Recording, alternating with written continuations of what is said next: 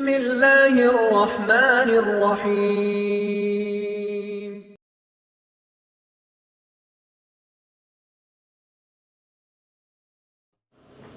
அல்லாஹ்வுடைய தூதர் ஸல்லல்லாஹு அலைஹி வஸல்லம் அவருடைய வாழ்க்கையில் என்ன இருந்தது?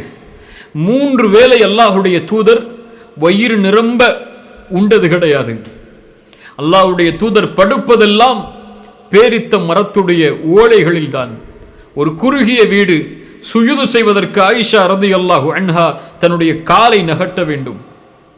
இப்படிப்பட்ட தூதர் பசியாலும் வறுமையாலும் வயிறுகளில் கல்லை கட்டிக்கொண்டு போர்க்களத்தில் போராடிய தூதர் காலையில் எழுந்தவுடன் சொல்வார்கள், அல்ஹம்துலில்லாஹி அல்லதி ஆஃபானி ஃபீ ஜஸதி வரத்த அலைய ரூஹி.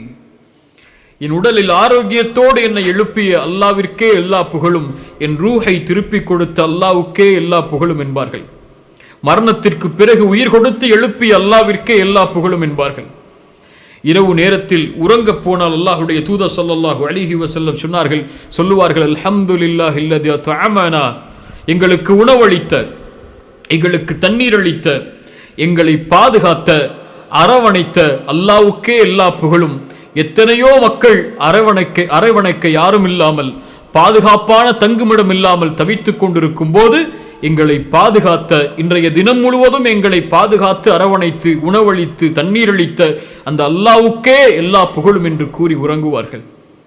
ஒரு முறை ஒரு நாளில் இந்த துஆவை உள்ளத்தால் சொல்லி இருப்போமா?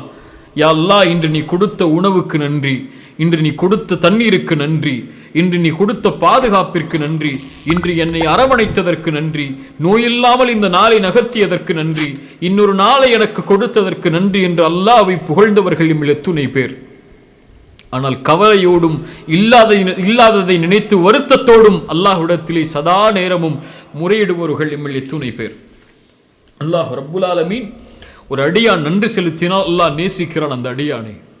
அவன் அல்லாஹ்விற்கு நன்றியோடு நடந்த காரணத்தால் அல்லாஹ் ரப்புல் ஆலமீன் அவனை பாதுகாக்கிறான், அவனுக்கு ரிஸ்கை அளிக்கிறான், அவனுடைய சிரமங்களை அல்லாஹ் நீக்குகிறான்.